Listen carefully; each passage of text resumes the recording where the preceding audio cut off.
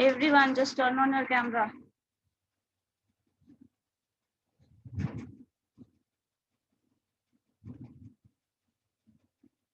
Yes. Ma'am बोलो। हाँ, previous class में तो जो 2 क्वेश्चन हुआ था ना उसको फिर से बता दीजिए ना आज। अच्छा मैम वो वाला, वो जो एक ही मतलब टाइप का दो डेटा एक के साथ रहता है, जैसे 25-25 एक्स में रहता है ना, वही वाला। रिपीटेड रैंक वाला। Yes ma'am. लेमैन की तरह नहीं वो बोलो, एक 25-25 वाला। रैंक रिपीटेशन है वहाँ। रजनीश कैमरा ऑन करिए। चंदन, रिया, आदित्य। मैम यहाँ बहुत नेटवर्क प्रॉब्लम है। Naina Bharti, good morning ma'am. Instruction दे रहे हो, you don't have right to instruct them.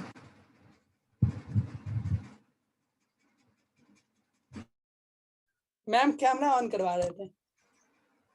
Yes, ठीक है। चलो आदित्य, आप अपना कैमरा ऑन करिए। नैना,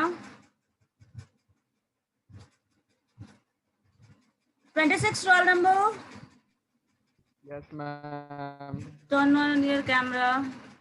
मेरा नेटवर्क प्रॉब्लम, अनकनेक्ट हो जाता है। अच्छा, थोड़ी देर ऑन करिए, देखते हैं। अनकनेक्ट हो जाएगा मैम, मेरा किसी क्लास में ऑन नहीं रहता। ओके, सृष्टि, शोभा, मैम बोलिए। कुछ पूछना था, पूछ लूं? हाँ बोलो। व्हाट हैप? मैम एक सिंपल कोरिलेशन का फॉर्मूला होता है 1/n summation xi minus x बार yi माइनस y बार, जो दोनों को मल्टीप्लाई करते हैं मैम। और दूसरा फॉर्मूला आपने बताया था 1/n xy फिर x बार y बार, दोनों में अंतर क्या होता है मैम? दोनों फॉर्मूला में अंतर क्या होता है? अच्छा, और मैम जो सेकंड वाला फॉर्मूला है, क्या उसमें भी मल्टीप्लिकेशन करते हैं वो x और y का? हाँ करते हैं। तो मैम उसको वैल्यू पुट ही नहीं होता है रिलेशन मैम जो मेरे है से। ना, देखो आर को रिलेशन जो आप निकाल रहे हैं, ठीक है, फॉर्मूला 1/n, एक टर्म सिंपल पड़े होंगे समेशन xi माइनस x बार, ठीक है। इसी में फिर आ जाता है दूसरा टर्म yi माइनस y बार। इसी की बात कर रहे हो ना फर्स्ट अंकित?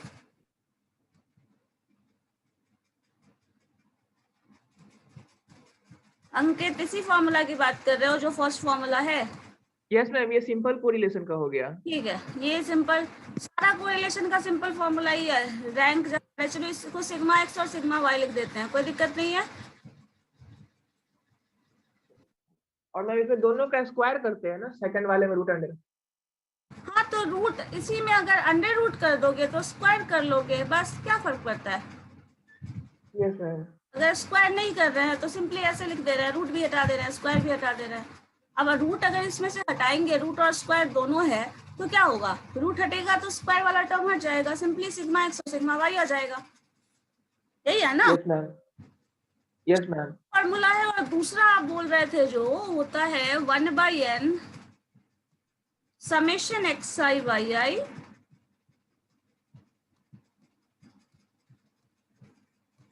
माइनस x बार y बार, यही है ना? यस मैम, यही वाला है, सेकंड वाला। डिवाइडेड बाय, इसी में आप करते होंगे अंडर रूट करके पूरा टर्म इसका लिख देते हैं समेशन xi का स्क्वायर माइनस x बार का स्क्वायर अंडर रूट, ये सारा टर्म होगा। और यही चीज आप इसके साथ y वाले टर्म के साथ लिखने वाले हैं, 1/n summation yi square minus y bar square. इसमें अंतर क्या है? दोनों में कोई अंतर नहीं है, एक से दूसरा डिराइव होकर आया है। यही बोलना चाह रहे हो ना? मैम इसमें आपने 1/n समेशन xi का स्क्वायर और x बार का स्क्वायर लिखा, तो दोनों में स्क्वायर हो। हाँ तो दोनों अलग अलग ब्रेक करके लिखा हुआ है। और इसमें जो था वो टर्म क्या होता था? 1/n summation, yes ma'am. याद करो क्या टर्म कैसे आया था? xi माइनस x बार का होल स्क्वायर तुम लिखते थे यहाँ पे, यही था ना? यस मैम, यही था। फिर ब्रेक होकर इस टर्म को अगर लिखोगे तो 1/n और समेशन रहने दो साइड में। देख लो ध्यान से, अभी समझ लेना क्या है। समेशन और 1/n हम बाहर रहने देते हैं, एक्स स्क्वायर, ठीक है, माइनस ए माइनस बी के होल स्क्वायर पे ब्रेक करो इसको, क्या होगा? इस टर्म को ब्रेक करो, ये टर्म जो अंदर है स्क्वायर में ब्रेक करो। Ankit, yes ma'am. बी का होल स्क्वायर होता है ना, ए माइनस बी का होल स्क्वायर का फॉर्मूला पढ़े हो, A square plus B minus 2ab, yes ma'am. यही टर्म आता है ए माइनस एक बी स्क्वायर। बी क्या है? एक्स बार की जगह बी है, suppose this is A, this is B, तो एक्स बार का square minus, sorry this term is plus and minus 2 into X bar into X I 2ab। समझा लिखे? Yes ma'am. ए, suppose this is A, this is B, A minus B का whole square पे break कर रहे हैं, जो बचा है फॉर्मूला, तो A square plus B square minus 2ab। अब इसी पे ऑपरेट करो 1/n और समेशन, 1/n समेशन xi का स्क्वायर, समझ गए? Yes ma'am. ऑपरेट होगा प्लस एक्स बार है, एक्स बार का स्क्वायर 1/n और समेशन, तो 1/n क्या होता है? सम ऑफ xi क्या हो जाएगा? n होगा sum of xi, yes ma'am, N हो जाएगा। तो दोनों कैंसिल हो जाएगा आपस में। देखो ये दोनों टर्म। हाँ कृष्णा बोलिए, आपकी तो आवाज ही नहीं आ रही है, बोलोगी तब ना।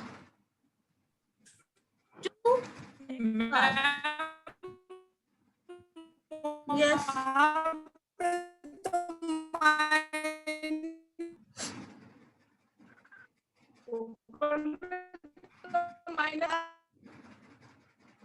आ गया फिर क्या आ गया? अब आवाज आ रही है, बोलो।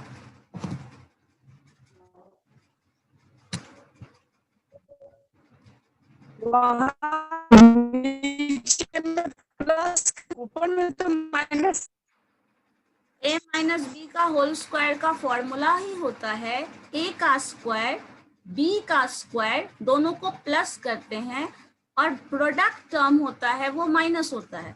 तो xi का स्क्वायर जो होगा वो ये हो जाएगा b प्लस साइन b का स्क्वायर, सो x बार का स्क्वायर, दोनों का प्रोडक्ट है वो माइनस में जाता है और दोनों टर्म का स्क्वायर प्लस में होता है। या आप लिख लीजिए कहीं, a माइनस बी का होल स्क्वायर जो होता है that is equal to a square, so a का स्क्वायर प्लस b का square B square minus 2ab। तो वही चीज लिखा है ना, देखो उसी फॉर्मूला पे ब्रेक किया हुआ है। ये टर्म प्लस, ठीक है। चलो देखो अब इसमें यहाँ पे 1/n आ गया, यहाँ पे समेशन 1/n के साथ क्या लिखेंगे? ये टर्म हम यहाँ लिख देते हैं, ठीक है, माइनस वाला माइनस 2 एक्स बार। एक्स बार क्या है? मीन होता है, that is a constant, 2 is a constant. तो समेशन किस पे अप्लाई होगा? xi पे, xi बाई n। कहाँ से आया ये 1/n समेशन xi?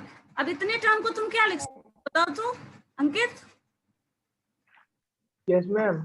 इतने टर्म को क्या लिख सकते हो? x बार लिख सकते हो, लिख सकते हैं एक्स बार, लिख सकते हैं ना। तो this is x bar, this is x बार, क्या हो जाएगा? माइनस 2 x बार होगा, x बार का square into x bar, that is x बार का स्क्वायर। यहाँ पे एक पॉजिटिव, तो ये प्लस है, ये 2 माइनस में है, तो क्या होगा? घटा दो, यस मैम। जोड़ो, क्या आएगा? माइनस 2 x बार है, यहाँ प्लस x बार है, तो माइनस x बार बचेगा और एक टर्म ये बच गया और एक माइनस x बार स्क्वायर बच गया, यहाँ लिखा हुआ है। यस मैम, समझ में आ गया ये फॉर्मूला का डिराइवेशन। तो इन दोनों फॉर्मूला में कोई भी अंतर नहीं है, इसी फॉर्मूला को ट्रांसफॉर्म करके इस फॉर्मूला के फॉर्म में लाया गया है। ये जो फैक्टर न्यूमरेटर में है इसको भी वैसे ही सॉल्व करके लाया गया है। ये जो डिनोमिनेटर वाला फैक्टर है x के लिए भी वैसे ही सॉल्व करके लाया गया है, y के लिए भी वैसे ही सॉल्व करके लाया गया है। ठीक है, तो दोनों में कोई आप इधर ये फॉर्मूला यूज करें या ये फॉर्मूला यूज करें, आंसर दोनों में सेम आएगा। इवन आप रैंक कोरिलेशन का फॉर्मूला यूज करें तब भी आंसर सेम आएगा। ठीक है, यस मैम। जो भी केसेस आ रहे हैं सब मैम रैंक बना चुके हो। कहाँ सब पीछे, मतलब एकदम सबको लग रहा है शॉर्ट टाइम मेमोरी लॉस वाला केस हो गया है क्या? ये वाला क्वेश्चन नहीं बनाया इस फॉर्मूला पे, आप इस पे बनाओ या रैंक पे बनाओ, सब पे आंसर सेम आने वाला है। लास्ट मैम एक बार रैंक कोरिलेशन का बनवा दीजिए मैम, नहीं समझ में आया था लास्ट क्लास में कुछ। रैंक कोरिलेशन वाला, रिपीटेड रैंक्स वाला या फिर simple rank correlation? No ma'am, जो प्रीवियस क्लास में रिपीटेड रैंक मैम। स्पीड वाला रिपीटेड रैंक। यस मैम, किसी को समझ में नहीं आया, सब ये एस्टिमेशन बोल दिया है वो। बस ऐसे ही बोल दिया है, वाह। चलो ठीक है, देखते हैं, एक मिनट रिपीटेड रैंक्स देख ले एक बार। No ma'am. हाँ बोलिए। सबकी आवाज नहीं आ रही है, क्या बोल रहे हो? और जो दो लोग ज्यादा क्वेश्चन करते हैं उन दोनों का नेटवर्क इशू ज्यादा है, पता नहीं क्यों। 26 roll number and 2 roll number, जिनके पास ज्यादा क्वेश्चन होता है उन्हीं का नेटवर्क इशू ज्यादा है। अब बताओ, मुझे क्वेश्चन सुनाई नहीं दे रहा है तो आंसर मैं कैसे करूं, बताओ। एक काम करो, अगर आपको पूछना है तो आप मैसेज कर लो, मैं उसके अकॉर्डिंग आंसर दे दूंगी। ठीक है, रिपीटेड रैंक्स वाला बताना है ना? यस, बोलिए रुचि। जो फर्स्ट क्वेश्चन था उसका नहीं आ रहा था। हेलो, किसका आंसर नहीं आ रहा है करेक्ट? अब इसकी भी आवाज नहीं आ रही है। You can message me. मेरी आवाज अगर सुनाई दे रही है, आपकी आवाज नहीं आ रही है, तो आप मुझे मैसेज कर दो, मैं अपना इधर आंसर कर दूंगी, सुन लेना, समझ लेना। ठीक है, चलो देखो रिपीटेड रैंक का वाला कोरिलेशन, अब ध्यान से देखिएगा। देखिए हमारे पास क्वेश्चंस कुछ ऐसे होते हैं, या तो रैंकिंग में अरेंज करें, अगर हम किसी भी नंबर्स को, बहुत सारे स्टूडेंट्स हैं, या फिर रैंकिंग ऑर्डरिंग में जब भी रैंक होल्डर्स की बात करते हैं, तो मान लो क्लास में किसी का रैंकिंग होता है और हमारी क्लास में, मान लीजिए आपके क्लास में यहाँ पे कुछ स्टूडेंट्स हैं जिसका मार्क्स कुछ इस तरह का आया है। अब आपको रैंकिंग करनी है, तो कभी कभी क्लास में ऐसा भी होता है, सबका डिफरेंट मार्क्स आता है, और कभी कभी ऐसा होता है कि दोनों का, किसी दो कैंडिडेट का सेम पेपर में सेम मार्क्स आ जाता है। तो यहाँ पे उसी तरह का कुछ सिचुएशन आने वाला है जहाँ पे एक से ज्यादा कैंडिडेट को सेम मार्क्स आया है। अब देखो इस पूरे टॉप एक्स वाले रैंक में देखो फर्स्ट रैंक किसका आया है, हाईएस्ट मार्क्स इज 80।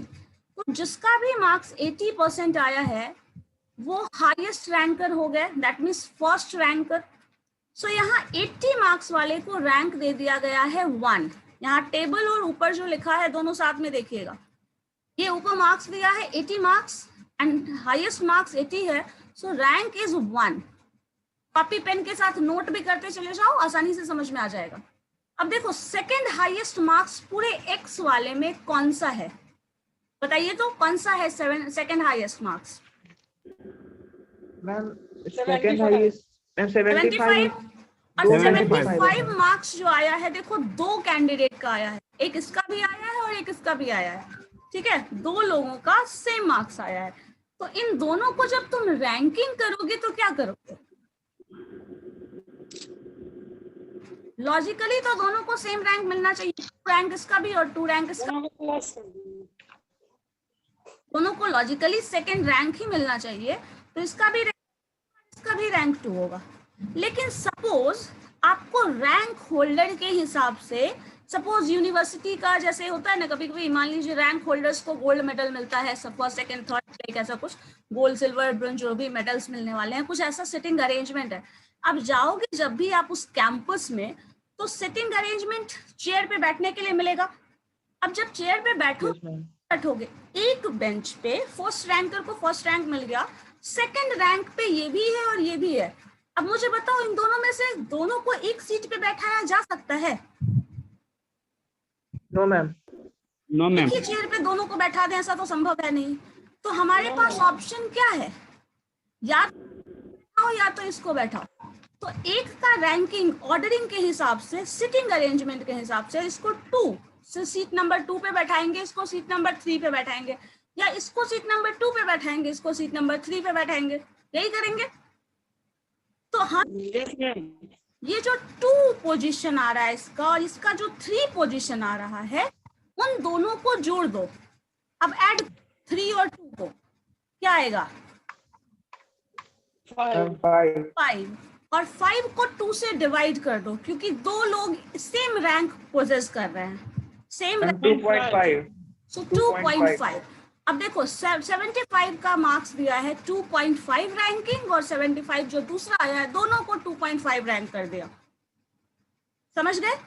मतलब ये 2 पोजीशन जो है वो सिटिंग अरेंजमेंट, दोनों चेयर सेकंड रैंक वाले के लिए है, और उनका एवरेज रैंक है वो 2.5 है। क्लियर? मैम आपका आवाज कट रहा है। मेरी आवाज कट रही है?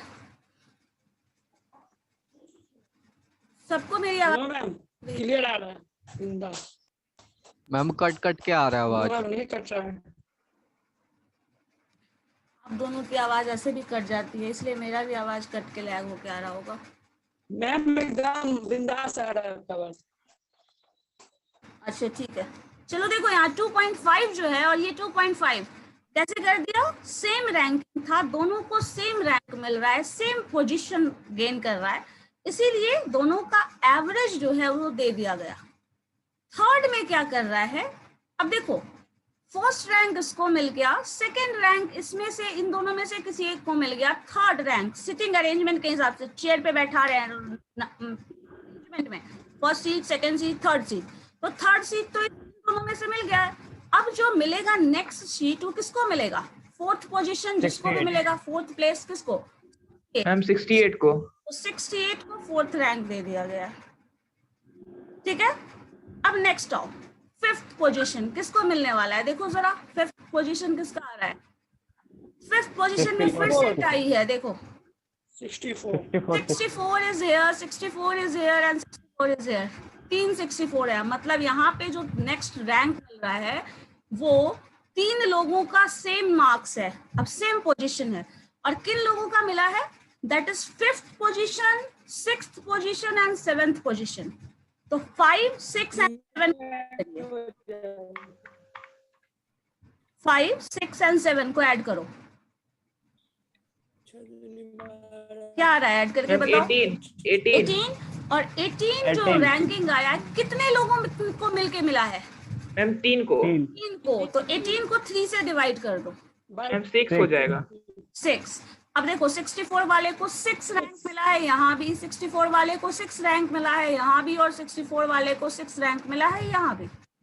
ठीक है? Yes ma'am. और आप रैंकिंग अरेंजमेंट के हिसाब से 7th पोजीशन तक आ गए थे ना। अब पोजीशन की बात करेंगे तो 8th पोजीशन किसको मिलेगा? मैम 55 को 8th पोजीशन मिल गया। 9th पोजीशन, इसके बाद कौन सा? मैम 950 तो 9th पोजीशन 50 को मिल गया। लास्ट 10th पोजीशन 40 को मिल गया, 40 को मिलेगा। हो गया। बस यही हमें अरेंजमेंट करना था। ठीक है, ये ध्यान में रखो, जब अरेंजमेंट करना है ना, तो जहां रिपीटेड रैंक है वो सिटिंग अरेंजमेंट के हिसाब से देखो। आप आराम से गए हैं कैंपस में, आपको मिलने वाला है गोल्ड मेडल टाइप कुछ, उसमें से आप अरेंजमेंट हो सकता है 2 लोगों को सेम रैंक आ गया, सेम मार्क्स आ गया, तो दोनों एक चेयर पे तो नहीं बैठ सकते हो ना, दोनों को अलग अलग पोजीशन पे बैठना पड़ेगा। और उन 2 जहां बैठोगे उन दोनों पोजीशन का एवरेज जो होगा वो रैंक कहा जाएगा।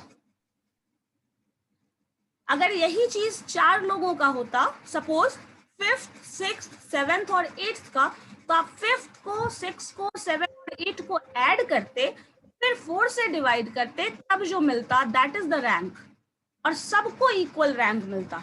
एवरेज रैंक इसीलिए लिया जा रहा है कि सबको इक्वल रैंक मिले, ठीक है। एवरेज रैंक का डिस्ट्रीब्यूशन यही है। देखो जैसे इसमें 64 सबको 6 मिला है ना, 75 दोनों को 2.5 मिला है ना, दोनों को यस मैम। रैंक मिलेगा, कोई बायसनेस नहीं होगा। किसी एक को ज्यादा रैंक दे दें और किसी एक को कम रैंक देंगे, तब वहां पे बायसनेस हो रहा है कि आपने उसको ही सेकंड, अगर मान लो ऐसा किया जाए, ये 75 जो कैंडिडेट लाए उसको हम सेकंड रैंक दे दें और उसको थर्ड रैंक दें, रैंक चेंज कर दें, तो क्या बायसनेस नहीं होगा? होगा ना। Yes ma'am. तो इसलिए दोनों को एवरेज रैंक कर दिया गया, ना सेकंड दिया गया ना थर्ड दिया गया, 2.5 रैंकिंग बोथ का कर दिया गया, ठीक है। इसी तरह देखो वाई वाले में, वाई में देखिए रैंकिंग क्या, हाईएस्ट मार्क्स ढूंढिए, 81 is the highest, 81, so that is first rank. देखिए 81 फर्स्ट रैंक है। नेक्स्ट रैंक देखो, सेकंड रैंक इसका आ रहा है 70 है, 70 is the second highest marks. तो second rank, yes ma'am. Third rank देखो कहाँ है, 70 के बाद 68, मैम 3.5 हो जाएगा। हाँ तो 68 क्या 2 रैंक आ चुका है, इसका थर्ड रैंक होगा और फोर्थ रैंक होगा, तो 3 और 4 दोनों को जोड़ो, 3 और 4 का एवरेज क्या होगा, 7 divided by 2 ma'am, 7 divided by 2 that is 3.5, so 3.5 68 को यहाँ मिल गया, 3.5 यहाँ मिल गया, बस हो गया, ठीक है। है अभी मैम बन गया Yes, ये ma'am. क्वेश्चन। की बात है, तो पूछ रहे थे आप ही लोग ना। भाई तुमको मैम पता नो था, कोई दोस्त और नहीं क्वेश्चन पूछ बनना। रहे थे।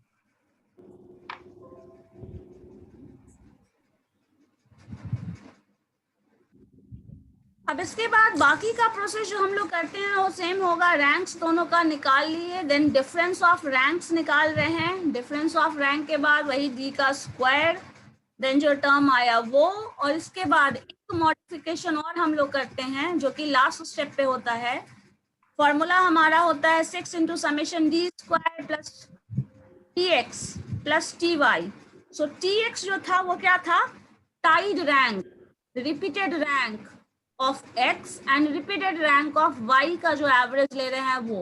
अब देखो यहाँ पे फर्स्ट सीरीज में 2 नंबर था जिसका सेम रैंक आया था, तो 75 वाले केस में 2 लोगों का सेम रैंक आया था, तो 2 लोग जो थे जिनका सेम रैंक आया उसको हम m कंसिडर करते हैं और m into M square minus 1/12 ये फॉर्मूला यूज करते हैं। 2 रैंक्स 2 इंटू 2 का स्क्वायर 4 माइनस 1/12 ये टर्म हो गया जो फर्स्ट रिपीटेड रैंक था। इसके बाद देखो 64 जो था वो 3 लोगों का रिपीटेशन हुआ था, 64 64 64 ये 3 बार आया है, तो 3 इंटू 3 का स्क्वायर माइनस 1/2 वो दूसरा टर्म होगा, और ये दोनों x ही सीरीज में आ रहा है, ये y के लिए नहीं है, दोनों x के लिए है, सो इन दोनों को आपस में ऐड कर दे रहे हैं। तो ये हाँ ये m into M square minus 1 divided by 12 ये जो रिपीटेड सीरीज आया है उसको कैलकुलेट करने के लिए। हाँ, जो नंबर ऑफ रिपीटेशन है m, बाकी सारा टर्म तो कांस्टेंट है। Yes ma'am. Number of repetition, so first repetition 2 time हुआ है तो 2 इंटू 2 स्क्वायर माइनस 1, दूसरा रैंक 64 है जो 3 टाइम्स रिपीट हुआ है, सो 3 इंटू 3 स्क्वायर माइनस 1/12 दोनों को सम कर दे रहे हैं। क्यों? क्योंकि दोनों x में ही इन्वॉल्व है, x के वेरिएबल्स में, मतलब x वाले वेरिएबल में हमारे पास 2 ऐसा रैंक है जो 2 बार रिपीट हुआ है और एक ऐसा रैंक है जो 3 बार मैम ये 2 into 2 square minus 1 divided by 12 ये x का निकल गया। हाँ, x का निकला है फॉर 75 ओनली, और 64 2 रैंक था ना वहाँ पे रिपीटेड, 64 75 था, एक 64 था, देखो यस मैम है 2 रैंक का। है ना। 75 है और 75 दो बार आया, 64 64 और 64 3 बार आया है, इसलिए इन दोनों को एक साथ मर्ज कर दिया गया है, एक्स वाले सारे टर्म्स को। वाई वाले एक ही रिपीटेशन है जो 3.5 3.5 आया है, मतलब 68 68 मार्क्स आया है। तो यहाँ पे 2 × 2 स्क्वायर माइनस 1/12 हो जाएगा। देखो स्क्वायर माइनस 1/12, ये वाई सीरीज के लिए, ये एक्स सीरीज के लिए। और मैम ये कैलकुलेट करके 5/2 आया है। हाँ ये कैलकुलेट करके आया है, इतना करके देख लो। 8 हो जाएगा, 8 और 12, 3 4 12, 8 ये और ये सिंपली हटा दीजिए, देख लीजिए आएगा 5/2। सो ये इतना करने के बाद सारा वैल्यू को जो रिपीटेड रैंक का फॉर्मूला था उस पे वैल्यू पुट कर दिए। Ma'am 1 minute, that is this one. ठीक है, रिपीटेड रैंक बनाए थे तुम लोग? Yes ma'am. बनाया है? नो मैम, नहीं बनाए थे। आप लोगों को एक क्वेश्चन शेयर किया है मैंने, देखिए तो जरा उसमें रैंक्स है कि नहीं, जरा चेक करिए तो। है मैम एक क्वेश्चन जो 0.7 आया था, तो आपने हाँ बोला था repeat 0.7 मैंने बोला था मॉडिफाई करने के लिए उसे।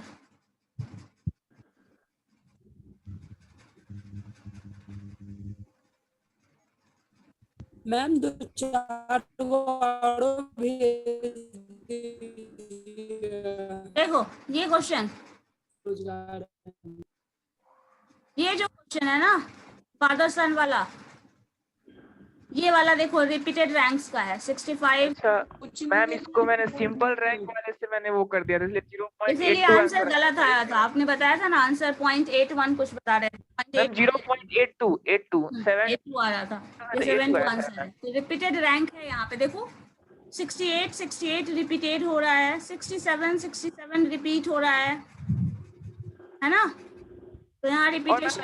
एक और क्वेश्चन था मेरा मैम, हाँ जैसे मैम अभी एक्स वाले पोर्शन का हमने जो रिपीटेड रैंक आया था उसको हम m × m² 1 मतलब -1/12 की वैल्यू पुट की, तो मैम y वाले को ही पुट करेंगे ना? वाई को भी किया हुआ है, देखो वहां पे वाई को नहीं किया था क्या, चेक करो तो। वाई वाले का भी निकाल के 1/2 आया है, वो दूसरा किसका आया है बताए तो, this is for Y series 1/2। Y में 2 बार रिपीट हुआ है सेम रैंक, 3.5 3.5 जो आया था यस मैम, उसका 1/2 किया ना, ये 5/2 ये 1/2 ऐड कर दिए, ये टर्म आ गया, सिंपली सॉल्व कर दिए। इसको वही रिपीटेड रैंक्स पे बनाना है। अब बन जाएगा, बनाएंगे मैम। मैम 2 और भेज दीजिए। ठीक है, पहले जो बना है वो तो बना लो। मैम बना के तो भेज भी दिए ना आपको व्हाट्सएप। रैंक कोरिलेशन का आप तो Yes, अजीब ma'am, सा check कैलकुलेशन कीजिएगा एक ये। लास्ट टाइम भेजे थे, याद है? यस मैम, जो गलत हुआ था तो आपने बताया कि ये नहीं होगा, तो फिर से इसको पूरा मतलब रैंकिंग करना होगा, उसके बाद होगा। हाँ तो वो फिर कर से लिए बना थे। के हम आपको भेजेंगे। नहीं दोबारा बना के नहीं भेजा हुआ है। यस मैम, जितना भी क्वेश्चन भेजा आपको सबका आंसर हम भेज देंगे। अभी भी मेरे मैम दोबारा आप एक sorry, में ma'am, रैंक भेजे नहीं, बना निकाले हो, एक आंसर रैंक बता निकाले हो, दैट इज -29 समथिंग, और वो मैंने बताया था कि डिवाइड करके रखे हो, बताओ गलत है कि नहीं? वही वाला गलत। उसको करेक्ट करके आपने वही कहाँ गलत भेजा था। है? करेक्ट ma'am, करके yes, नहीं ma'am. भेजा है, आप बस जिसमें बोले हो। मैम बना लिए, भेज दिए। ठीक है बना, ठीक है इसको सॉल्व कर लो। ये तो दूसरा टर्म है, ये दूसरा क्वेश्चन है। मैम ये बनाया ये, रिपीटेड रैंक समझ आ गया, बन जाएगा। यस मैम बन जाएगा, समझ में आ गया। Yes, simple ma'am. कोरिलेशन से इसको बनाए हो, उसको रैंक कोरिलेशन रिपीटेड रैंक वाले फॉर्म से कर लो, ठीक है। Okay ma'am. और इसके बाद कुछ पॉइंट्स हम लोग देख लेते हैं रैंक कोरिलेशन का, ठीक है। देखिए जब भी रैंक कोरिलेशन हम लोग रैंक कोरिलेशन को स्पीयरमैन रैंक कोरिलेशन कोएफिशिएंट भी बोलते हैं। पहला जो कोरिलेशन सबसे सिंपल कोरिलेशन आपने पढ़ा था उसका क्या नाम था, कुछ कोई बता सकता है? बताओ तो, सिंपल कोरिलेशन का नेम क्या था? मैंने 2-3 बार बताया है। बताओ। Karl Pearson. Karl Pearson correlation coefficient, ठीक है। और कुछ? एक्चुअल मीन मेथड और assume mean method correlation coefficient. Actual mean method तो कहीं नहीं आता। उसी का तो दोनों पार्ट है ना मैम, कार्ल पियर्सन का तो पार्ट है। कार्ल पियर्सन कोरिलेशन कोएफिशिएंट हम लोग निकालते हैं। एक्चुअल मीन और डेविएटेड वो तो फॉर्मूला में मॉडिफिकेशन करते हैं, वो उसका कुछ मतलब नहीं है। सिंपल अगर नेम बोलो तो आप कार्ल पियर्सन कोरिलेशन कोएफिशिएंट रखते हो, नहीं तो प्रोडक्ट मोमेंट कोरिलेशन कोएफिशिएंट होता है। प्रोडक्ट कोरिलेशन जो आपके सिलेबस में भी लिखा हुआ होगा, सिलेबस है आपके पास? यस मैम है ना? देखो उसमें वर्ड क्या लिखा है, प्रोडक्ट मोमेंट कोरिलेशन कोएफिशिएंट। और प्रोडक्ट मोमेंट कोरिलेशन कोएफिशिएंट जो है वही कार्ल पियर्सन कोरिलेशन कोएफिशिएंट कहा जाता है, और वही सिंपल लीनियर कोरिलेशन है। तो इन तीनों में से कोई भी वर्ड इस्तेमाल किया जाए तो आप सिंपल कोरिलेशन वर्ड समझिए, कोरिलेशन। अब फॉर्मूला आप जो भी यूज करें कोई फर्क नहीं पड़ता। बात में हम लोगों ने 2 फॉर्मूला इस्तेमाल किया था, उन दोनों फॉर्मूला में से किसी फॉर्मूला का इस्तेमाल करो, रिजल्ट सेम आने वाला है, कोई चेंज नहीं होगा। तो उस कोरिलेशन का सिंपल ना, हाँ बोलो मैम। अगर हम रैंक कोरिलेशन को भी हम अगर वो सिंपल कोरिलेशन वाले फॉर्मूला पे पुट करना चाहें तो कर सकते हैं। रैंक कोरिलेशन वाले को सिंपल कोरिलेशन से यस मैम। वही इसमें आएगा, तो रैंक का ही फॉर्मूला ज्यादा लगेगा। होगा, लेंदी होगा, हेक्टिक होगा वो। तो मैम तो इसमें तो एक्स और वाई का जो रैंक देखो। निकाले उस दोनों को पहले मल्टीप्लाई करेंगे, हाँ फिर तो उसका हम रैंक, एक्स माइनस वाई करेंगे। देखो एक चीज पहले इसमें ये चीज समझ लीजिए, जब भी आप वैसे बनाएंगे ना तो रैंक है, तो एक चीज हमेशा दिमाग में रख लो, rank correlation is much easier than simple correlation. The calculation of rank correlation is much easier than simple correlation. तो आप रैंक को सिंपल से क्यों करोगे? सिंपल को रैंक तो ज्यादा बेटर ऑप्शन है ना। Yes ma'am. समझ रहे हैं इस चीज को? रैंक कोरिलेशन आप रैंकिंग कर लेते हैं तो कहीं ज्यादा कैलकुलेशन आपका इजियर हो जाता है। तो आप क्यों रैंक में दिया हुआ है जाएंगे, है ना? वो जानबूझ के हेडेक लेने वाला केस है, ठीक है? हाँ यस मैम। है इसका नेटवर्क अभी।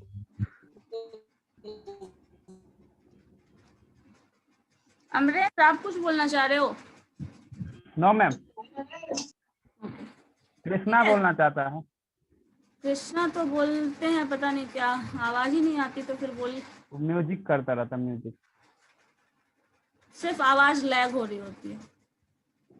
Yes ma'am. दूसरा पहला जो हम कोरिलेशन कर रहे होते हैं वो होता है सिंपल कोरिलेशन कोएफिशिएंट बोलिए, कार्ल पियर्सन कोरिलेशन कोएफिशिएंट बोलिए, या फिर प्रोडक्ट मोमेंट कोरिलेशन कोएफिशिएंट बोलिए। उन तीनों का नेम वही सिंपल कोरिलेशन कोएफिशिएंट है, जो भी आप दोनों फॉर्मूला से यूज कर सकते हैं। जो भी फॉर्मूला चाहो यूज कर सकते हो, मॉडिफाई होके जो भी आया है। मैम एक और क्वेश्चन था मेरा। हाँ मैम क्या बोल रहा है विराट? मैम वो जो बी और सी वाला था जो आप बताए थे कोरिलेशन में, मैम उसको एक बार और समझा दीजिएगा। इस कोरिलेशन को रैंक ऑफ जजेस, नो यस मैम, जजेस वाला जो 3 उसमें क्या समझना है? तो रैंक कोरिलेशन हम निकाल रहे हैं, 2 जजेस का रैंक कोरिलेशन निकाल रहे हैं, तो उसमें क्या बताओ? मैम वो नहीं मैम, जब सिंपल कोरिलेशन चल रहा था उसी समय आप एक क्वेश्चन उसी के टर्म जैसा था, ए एक्स और वाई रहता है मैम, उससे हम लोग मेजर करते हैं ना। उसमें एक और था ए बी और सी था, जिसमें ए को बी से तो बी ठीक है ना, तो रैंकिंग 3 लोगों का रैंक बोल रहे हैं, ए बी का कंपेयर रैंक, करना था मैम। सी का रैंक, ए और सी का वो रैंक। वाला कर रहा है X Y Y Z Z X, वो नहीं, वो वाला बोल तो इसमें क्या होगा, जब रैंकिंग करोगे तो 2 में कंपैरिजन हो रहा है। कोरिलेशन में क्या ले रहे हो? एक डिपेंडेंट वेरिएबल, एक इंडिपेंडेंट वेरिएबल, 2 ही वेरिएबल को कंपेयर कर सकते हैं, एक साथ 3 को कंपेयर नहीं कर सकते। अब हमें तीनों को कंपेयर करना है, तो ए बी को आपस में कंपेयर कर लो, बी और सी को आपस में कंपेयर कर लो, ए और सी को आपस में कंपेयर कर लो। उन दोनों में देखो कि कौन सा 2 पेयर है, ए बी का कॉम्बिनेशन अच्छा है, बी और सी का कॉम्बिनेशन अच्छा है, या फिर ए और सी का कॉम्बिनेशन अच्छा है, किसमें ज्यादा कोरिलेशन है, ये निकाल रहे हैं। तो सिंपल कोरिलेशन ही निकाल रहे हैं ना, ए बी का कोरिलेशन, ए बी का डिफरेंस निकाल रहे हैं, एक्स माइनस वाई देखो यहाँ है, x माइनस जेड, ए और सी का कोरिलेशन, y और z, बी और सी का कोरिलेशन। तो इन तीनों में कौन सा कोरिलेशन ज्यादा है ये बता रहा है। तो वही बताएगा जिसका कोरिलेशन ज्यादा है, वो बताएगा कि उन दोनों का अप्रोच जो है वो एक जैसा है। Yes ma'am. इतना है इसमें, और क्या है, कुछ भी नहीं। मैम उसका क्वेश्चन भेज दीजिएगा ना, वो उसका जो पीडीएफ है उसका भी क्वेश्चन पीडीएफ ये शेयर नहीं किया हुआ है। No ma'am. तो मैम ये नहीं है। ठीक है, क्वेश्चंस तो जो मैंने भेजा है उसमें इस तरह का भी क्वेश्चन, रैंकिंग का भी, ये 3 पेयर ऑफ जजेस वाला भी जस्ट जो मैंने शेयर भी किया था। यस मैम, एक क्वेश्चन है ये वाला, है ना, क्वेश्चन उसका दिया हुआ है। देखो ये वाला इसी जस्ट इसके जस्ट पहले जो अभी हम लोग डिस्कस कर रहे थे उसके जस्ट पहले ब्यूटी कॉन्टेस्ट यही का वाला जज रैंकिंग किया है जजेस ने, है ना। Yes ma'am. तो फिर कहाँ कंफ्यूजन बचा रह जाता है तुम लोगों को, बताओ। मैम इसमें और कितना टर्म है? पढ़ना आपको सिलेबस में, according to your syllabus, product moment correlation और स्पीयरमैन रैंक कोरिलेशन कोएफिशिएंट, यही दोनों पढ़ना है। देख लीजिए एक बार, चेक कर लीजिए आप।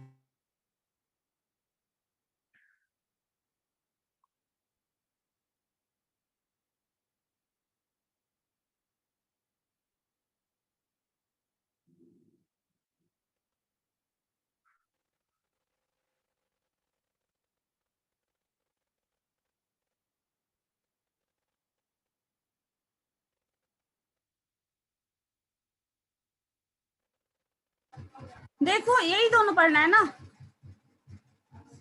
अकॉर्डिंग टू सिलेबस आपका रैंक कोरिलेशन, जिसको rank different rank difference correlation लिखा गया है आपके सिलेबस में, बट दोनों मतलब वही है।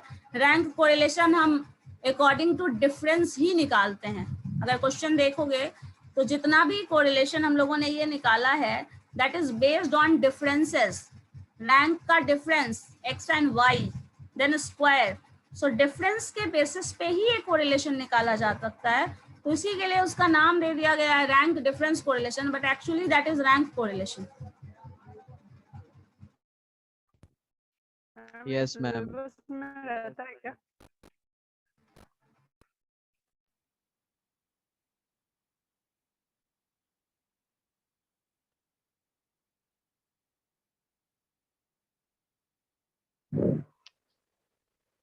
सो अकॉर्डिंग टू सिलेबस आपका यही 2 कोरिलेशन आपको पढ़ना था, ठीक है। लैग और लीड सिचुएशन वाला नहीं है क्या सिलेबस में मैम? क्या कोरिलेशन इन लैग और लीड सिचुएशन नहीं है क्या लैग सिलेबस? क्या बोल रहे हो, वर्ड फिर से बोलो। कोरिलेशन है ना लैग और लीड सिचुएशन में। लैग और base situation, is it? Yes ma'am. Ma'am regression line. Ma'am regression is something else, correlation इतना है, रिग्रेशन नहीं कभी भी। कोरिलेशन की बात कर रहा हूँ, रिग्रेशन तो मुझे भी पता है अलग चीज है, कोरिलेशन ही नहीं है लैग और लीड सिचुएशन। वो सिलेबस में नहीं है क्या? नहीं, सिंपली कोरिलेशन है, product moment correlation and rank correlation. Ma'am syllabus में यही दोनों है, चेक कर लो आप लोग। वैसे आपका बुक जो दिया है कॉलेज की तरफ से जो आप लोगों को मिला है उसमें पार्शियल और मल्टीपल भी लिखा हुआ है, बट वो है नहीं आपके सिलेबस में। बोलोगे तो बता दूंगी, मुझे कोई प्रॉब्लम नहीं। मैम हाँ बोलो। हम करवा दीजिए। मैम कोरिलेशन टेक्निक नहीं, सिलेबस में जो वही पहले पढ़ लो ना, वही हो जाए तो बहुत है। मैम कोरिलेशन टेक्निक में movement and rank difference correlation और रिग्रेशन हाइपोथेसिस है मैम। हाँ बस इतना ही है।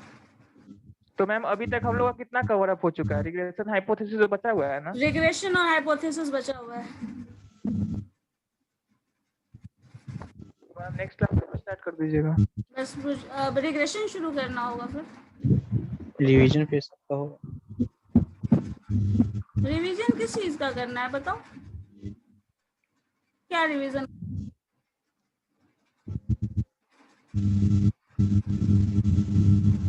मैम टोटल का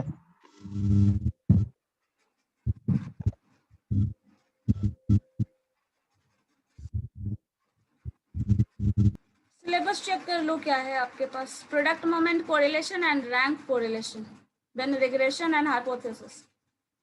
अब मिड में तो रिवीजन कराने से बेटर है कि आप रिग्रेशन पहले पढ़ लें, 3rd यूनिट कंप्लीट कर लें, देन रिवीजन की बात सोचें।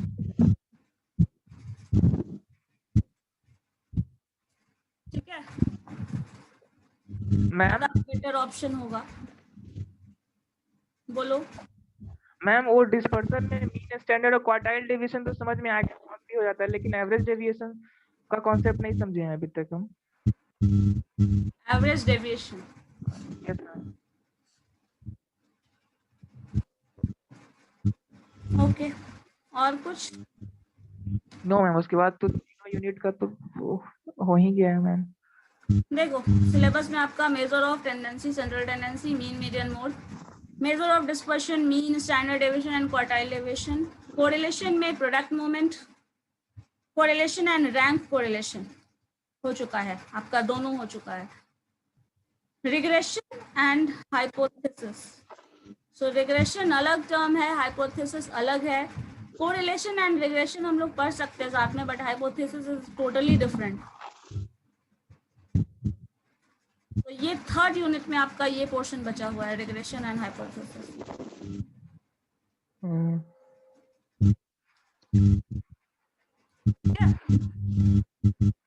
मैम जितना सिलेबस में दिया रहता है उतना ही क्वेश्चन आता है ना? आंसर तो वही है। और कोई टॉपिक वर्ड जब इसमें कोरिलेशन टेक्निक की बात कर रहा है और कोरिलेशन टेक्निक में सिर्फ 2 कोरिलेशन ही मेंशन्ड है, तो बाकी कोरिलेशन पढ़ना तो फिर लॉजिकल नहीं है।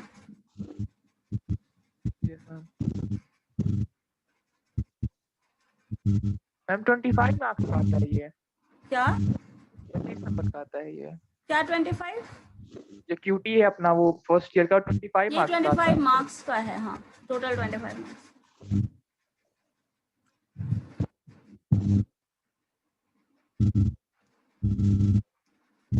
चलो अब इसका हम लोग कुछ रैंक कोरिलेशन का कुछ पॉइंट्स देख लेते हैं, क्या है था रिमार्क्स। देखिए जब भी रैंक कोरिलेशन निकालेंगे, स्पीयरमैन रैंक कोरिलेशन भी बोला जाता है, बिकॉज स्पीयरमैन्स ने ही दिया है ये कोरिलेशन टेक्निक, तो स्पीयरमैन्स रैंक कोरिलेशन बोला जाता है इसे। जब भी आप इस टर्म को कैलकुलेट करेंगे तो जो समेशन डी वाला कॉलम आता है ये हमेशा 0 आएगा, समेशन ऑफ डी। अभी भी जो क्वेश्चन हम लोग सॉल्व कर रहे थे, इनफैक्ट जितने भी क्वेश्चन सॉल्व किए होंगे आपने रैंक कोरिलेशन के बेसिस पे, उसका जो 3rd कॉलम जो आप डिफरेंस कैलकुलेट करते हैं आफ्टर रैंकिंग, वो हमेशा 0 आएगा। अगर 0 नहीं आ रहा है तब वही समझ जाइए कि कुछ ना कुछ गड़बड़ है। जो रिपीटेड रैंक में आपको शायद मिला होगा, जब रिपीटेड रैंक वाले क्वेश्चन को सिंपल कोरिलेशन से बना रहे होगे तो हो सकता है वहां समेशन डी जो है that is not equal to 0, वो 0 नहीं होगा, ऐसा हो सकता है। ठीक है, दूसरा है ये जो कोरिलेशन कोएफिशिएंट होता है वो exactly Karl Pearson correlation coefficient जो है उसका जो वैल्यू है दोनों सेम ही होगा, तो आप इसको या कैलकुलेट करें या उसको कैलकुलेट करें, दोनों सेम रिजल्ट देगा। ठीक है, तो स्पीयरमैन रैंक कोरिलेशन जो है वो कुछ भी नहीं, बस एक थोड़ा मॉडिफाइड फॉर्म या फिर थोड़ा इनहैंस्ड फॉर्म है कार्ल पियर्सन कोरिलेशन कोएफिशिएंट का। ठीक है, यस मैम। नेक्स्ट पॉइंट जो बोलता है ये रैंक कोरिलेशन कोएफिशिएंट आप जब भी निकाल रहे हैं, कभी भी कैलकुलेट करेंगे, तो इस कोरिलेशन कोएफिशिएंट को डिस्ट्रीब्यूशन फ्री कोरिलेशन कोएफिशिएंट भी बोला जाता है, क्योंकि इसमें रैंकिंग से मतलब है क्या टर्म्स आया, कैसे कैलकुलेट हुआ, क्या वैल्यूज है, उसके नंबर्स उसके ऑब्जर्वेशन पे बेस्ड नहीं होता, सिंपली अरेंजमेंट पे बेस्ड होता है, रैंकिंग पे बेस्ड होता है। और जहां रैंकिंग हो जाती है उसको हम लोग नॉन पैरामेट्रिक या डिस्ट्रीब्यूशन फ्री टेस्ट बोलते हैं। जो भी होगा, कभी भी अगर नंबर के बेसिस पे, रैंकिंग के बेसिस पे अगर कुछ किया जाता है तो अकॉर्डिंग टू स्टैटिस्टिक्स उसको हम नॉन पैरामेट्रिक या डिस्ट्रीब्यूशन फ्री वर्ड इस्तेमाल करते हैं। जहां रैंकिंग के बेसिस पे है, किस तरह से अरेंजमेंट आया, क्या टर्म आया है, कैसे आया, उससे मतलब नहीं है, सिंपली ये बता रहा है कि वो सिर्फ ऑर्डर्ड अरेंजमेंट है। सिटिंग अरेंजमेंट जैसे रहता है वैसे ही एक ऑर्डर्ड अरेंजमेंट है। सो इसमें कभी भी बहुत ज्यादा हार्ड एंड फास्ट रूल कुछ भी नहीं होता, सिंपल अरेंजमेंट के बेसिस पे आप कोरिलेशन निकाल रहे होते हैं, बहुत ज्यादा डीप सेंस में ये नहीं जाता है, सिंपली अरेंजमेंट के बेसिस पे निकालते हैं। कभी भी स्पीयरमैन रैंक कोरिलेशन कोएफिशिएंट जो है वो बहुत ज्यादा आसान होगा as compare to Karl Pearson correlation coefficient और प्रोडक्ट मोमेंट कोरिलेशन कोएफिशिएंट। जब भी आप यूज करेंगे तो हमेशा easy to understand and apply, कभी भी ज्यादा बेटर है एज कंपेयर टू वो, और आप इसके प्लेस पे उसको यूज कर सकते हैं कोएफिशिएंट के प्लेस पे। स्पीयरमैन रैंक कोरिलेशन कोएफिशिएंट जो है वो तब यूज होता है जब आप क्वालिटेटिव कैरेक्टरिस्टिक से डील करते हैं। रैंकिंग क्या है? Quality based technique. यहाँ क्वांटिटी पे वैल्यूज नहीं होता, क्वालिटी के बेसिस पे होता है, क्योंकि रैंकिंग क्या बताता है, ऑर्डरिंग क्या बताता है, अरेंजमेंट जो है वो क्वालिटी बताती है, फर्स्ट रैंक, सो क्वालिटी बता रही है। अब ये इसमें नहीं कहीं लिखा हुआ है कि किसी का 50 मार्क्स आया है तभी उसका रैंक 1 मिल गया, किसी का 0 मार्क्स आया है और रैंक 3 मिल गया। तो यहाँ पे क्वांटिटी से मतलब बहुत ज्यादा नहीं होता, ये क्वालिटेटिव कैरेक्टरिस्टिक को डील करने वाला पहला मेथड है जो हम रैंक कोरिलेशन यूज कर रहे हैं अभी तक। इससे पहले अभी तक आप जो भी पढ़े होंगे सारा क्वांटिटेटिव टेक्निक है, बट यहाँ पे क्वालिटेटिव टेक्निक होता है जिसको आप क्वांटिटेटिव के टर्म में अरेंज तो करते हैं, क्योंकि आपने मार्क्स मिला 80 मार्क्स, उसको फर्स्ट रैंक दिया, तो आपने मार्किंग किया है वो किसके बेसिस पे, क्वांटिटी के बेसिस पे, लेकिन जो अरेंजमेंट जो रिलेशन मिला है हमें वो on the basis of quality मिला है। सो क्वालिटेटिव कैरेक्टरिस्टिक के बेसिस पे है वो, ठीक है। और ये जब भी यूज होगा तो हमेशा बाई वेरिएट, मतलब 2 वेरिएबल है कोरिलेशन, रैंक कोरिलेशन जब भी निकालेंगे तो हम लोग बाई वेरिएट के लिए निकालेंगे, मतलब हमारे पास 2 वेरिएबल है तभी कैलकुलेट करेंगे। और for n greater than 30 this formula should not be used unless the ranks are given. कभी भी लार्ज सैंपल के लिए, लार्ज सैंपल का मतलब ही होता है n ग्रेटर देन 30, उसके लिए हम लोग ये यूज नहीं करते because it is very time consuming, it is very calculative और बहुत सारे कंडीशंस होते हैं। इस वजह से हम कोरिलेशन कभी भी मोर देन 30 के लिए कैलकुलेट नहीं करते। But there are many software जहाँ की आप डेटा फीड करेंगे, रिजल्ट आ जाएगा, तो कुछ मॉडिफिकेशन करके हम लोग निकालते हैं सारा कैलकुलेशन वो on the basis of software, जिसको क्या कहा जाए, डेटा साइंस, और उसके टर्म में आजकल एक्सप्लेन किया जाता है। ऐसा बहुत सारा सॉफ्टवेयर है, स्टैटिस्टिकल, SPSS, मिनिटैब, जिसके बेसिस पे सारा कैलकुलेशन किया जाता है, तो हम लोग वैसे कर सकते हैं। बट जनरली ग्रेटर देन 30 के लिए हम लोग प्रैक्टिसेबल ये नहीं है, बहुत ज्यादा यूज नहीं होता कोरिलेशन।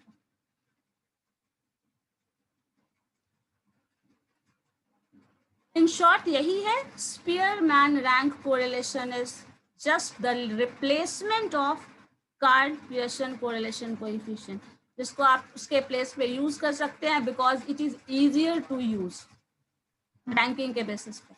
क्वालिटेटिव डील करेगा, चूंकि रैंकिंग है तो रैंक क्वालिटी बताता है।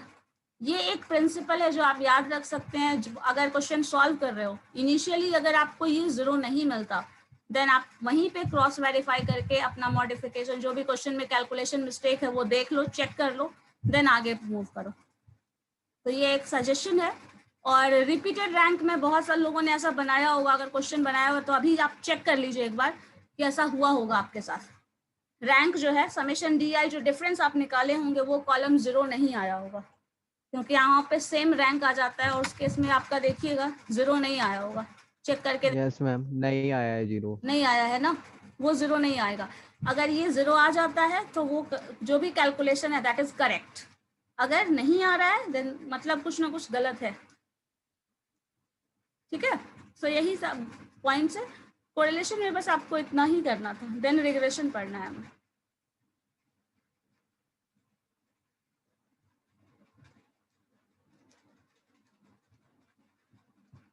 ठीक है,